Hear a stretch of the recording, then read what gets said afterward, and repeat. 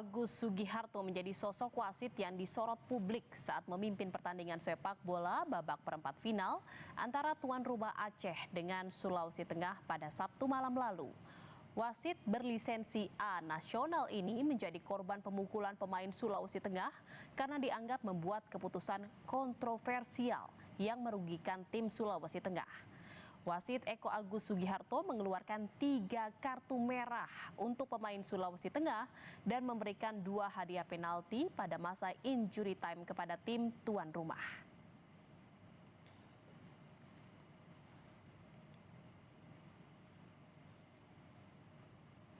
Dan saudara, terkait kontroversi yang terjadi dalam pertandingan PON ke-21 antara Aceh dan Sulawesi Tengah, kita telah terhubung dengan pengamat sepak bola Yusuf Kurniawan.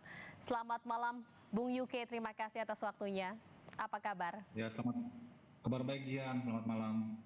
Baik, Bung Yuke, ini kita lihat ya bahwa memang yang terjadi di PON ini menjadi suatu cerminan. Padahal memang kalau kita lihat dan tarik ke belakang ini PSSI di tahun ini juga sudah menggunakan VAR gitu ya dalam menaikkan kualitas wasit di sepak bola Indonesia gitu, khususnya di Liga 1. Namun ternyata yang terjadi kita lihat di kejadian PON ke-21 ini ada PR gitu yang terlihat, yaitu ada kualitas wasit yang tidak merata. Apakah ini memang ini menjadi PR besar untuk PSSI? Iya, memang SDM wasit kita ini selalu menjadi sorotan. Pak Erik ini kan modelnya, prinsipnya itu dia prinsip lokomotif ya.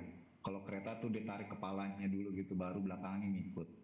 Sama di timnas juga kan dia coba melakukan transformasi yang luar biasa dengan mendatangkan pemain naturalisasi misalnya untuk supaya mengerek timnasnya agar gerbongnya naik. Di wasit pun sama, yang dilengkapi ataupun istilahnya ditingkatkan kualitasnya itu di Liga 1 gitu ya, dengan adanya VAR, kemudian adanya kursus ataupun juga mentoring langsung dari wasit Jepang ya kepada wasit Liga 1, itu dengan harapan nanti yang di bawahnya juga ngikut naik gitu ya.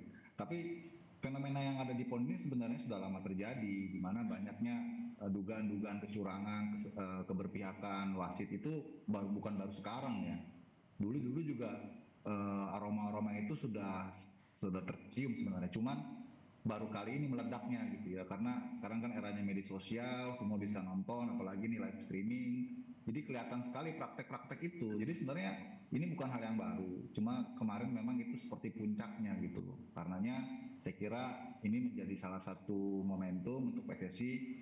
Tolong pembenahan itu jangan hanya di pucuknya gitu, tapi coba dari bawah gitu. Istilahnya kalau piramid itu ya dari dasarnya, jangan hanya di atasnya, karena yang di bawah itu lebih banyak pertandingannya gitu ya, apalagi di amatir ya. Aduh, itu kalau nggak pengawasannya ketat gitu ya, itu akan lebih banyak yang akan kita lihat seperti pertandingan kemarin gitu. Ya, dugaan kecurangan yang terjadi oleh wasit gitu dalam pertandingan sepak bola di Indonesia ternyata memang bukan hanya kali ini terjadi, tetapi juga sebelum-sebelumnya pernah terjadi ya, tetapi tidak ketahuan gitu ya, dan tidak viral menurut dari Bung Yuke tadi. Ini bagaimana untuk bisa membenahi ini dari PSSI? Ya, ini saya kira jadi fenomena yang menarik ya untuk segera mendapatkan perhatian.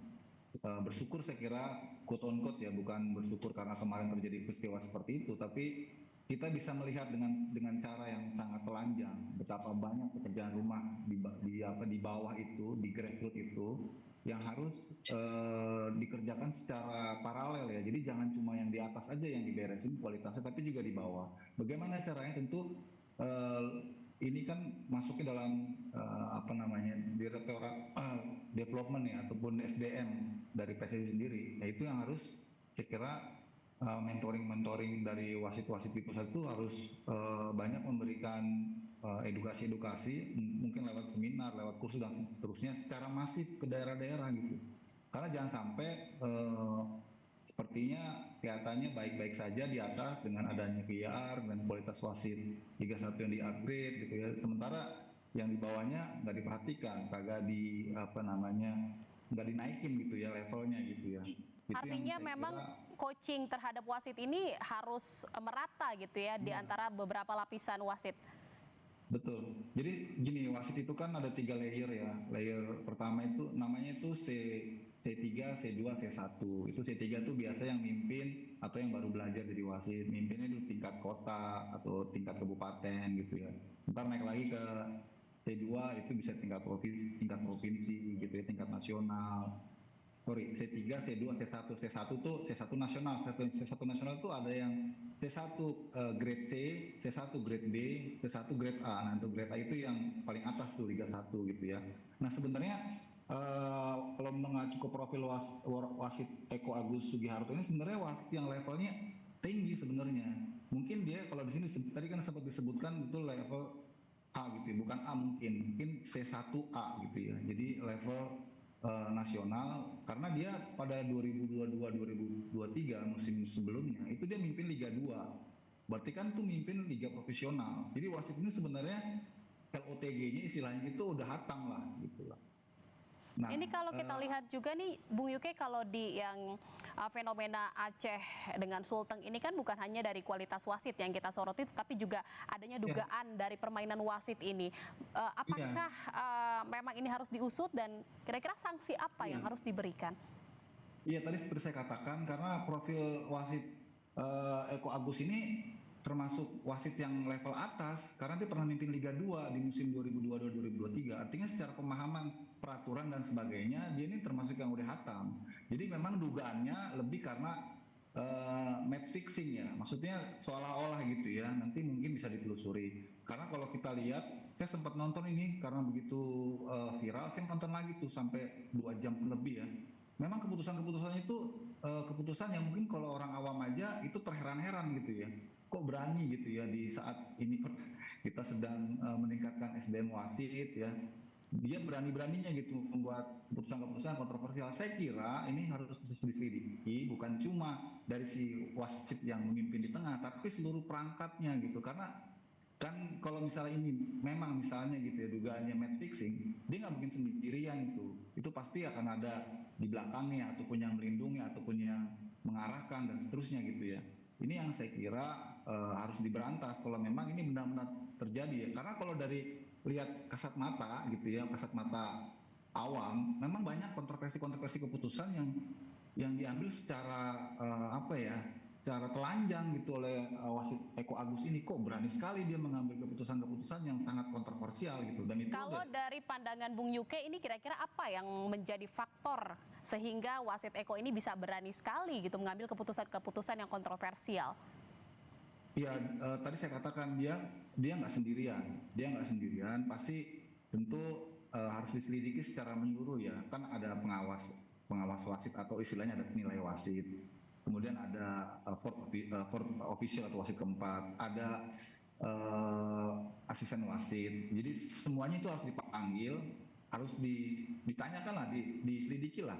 Ini kenapa bisa begini? Keputusannya seperti apa? Saya kira itu Komdis jagonya lah untuk bisa mengulik-ngulik ini. Karena kalau itu memang ada dugaan match fixing, dia nggak sendirian gitu loh. Kalau dikembalikan apakah wasit ini levelnya rendah? Enggak juga, dia karena levelnya tinggi, dia termasuk wasit profesional, dia pernah memimpin Liga 2. Saya nggak tahu apakah musim kemarin dia downgrade gitu ya, sampai akhirnya memimpin PON, tapi dia pernah memimpin pertandingan Liga 2. Jadi dia sebenarnya dari kompetensinya sudah kompeten. Nah kan ini kan yang menjadi kecurigaan-kecurigaannya, kenapa wasit yang sangat kompeten gitu ya kok melakukan kesalahan-kesalahan yang sangat elementer dan kesannya jadi seperti diarahkan gitu ya, dikondisikan gitu. Sanksinya apa yang harus diberikan dengan kejadian seperti ini kepada wasit dan juga mungkin nanti akan didalami sampai akar-akarnya itu? Ya kalau memang terbukti ini terjadi match fixing ataupun pengaturan ya dari perangkat pertandingan, ya nggak ada ampun, dicabut lisensinya gitu. Saya kira itu udah itu hukuman yang paling rendah menurut saya, karena bisa dipidanakan juga itu kalau memang ternyata sudah ada pengaturan ya, ada skandal pengaturan itu bisa dipidanakan juga. Tapi yang paling rendah ya dicabut lisensinya karena ini sudah merusak wajah persepak bola Indonesia yang sekarang sedang dibangun baik gitu ya.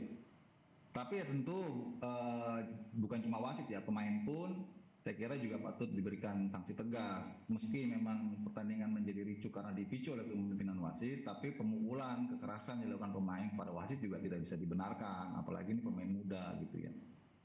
Jadi apa yang harus dilakukan gitu untuk bisa tidak terjadi lagi fenomena-fenomena seperti ini?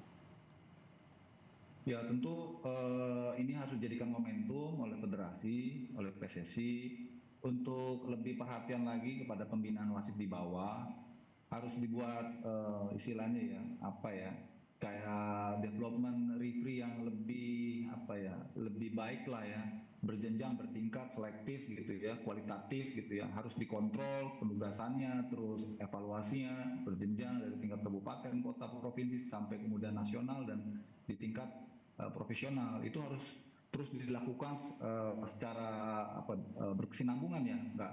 Jadi hal-hal seperti ini nggak nanti lagi terulang. Jadi harus ada gerakan secara masif, gerakan yang lebih apa ya progresif gitu ya dari komite wasit di PSSI kepada pembinaan wasit di daerah, terutama dari aspek apa ya mental ya, integritas ya, itu sangat penting karena faktanya wasit-wasit pintar pun, wasit-wasit kompeten pun bisa saja integritasnya jelek gitu kan.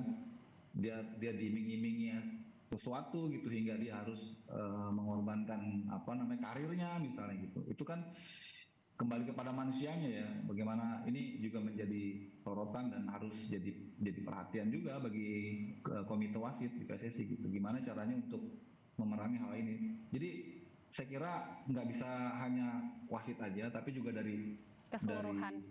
ya pengelola ataupun penyelenggara pertandingan. Seperti apa sih Baik. security-nya, pengamanannya terhadap wasit. Kan wasit juga bisa aja dia merasa terancam, kemudian dia tertekan, akhirnya dia membuat kesalahan, kan bisa aja. Jadi pembenahan bukan hanya fokus pada wasit saja, tetapi juga para Penyelenggaranya pemain, juga, para penyelenggara penyelenggaranya juga juga. memang harus bersama-sama untuk bisa memperbaiki dan membenahi apa yang memang terjadi saat ini dan agar tidak terjadi di kemudian event berikutnya.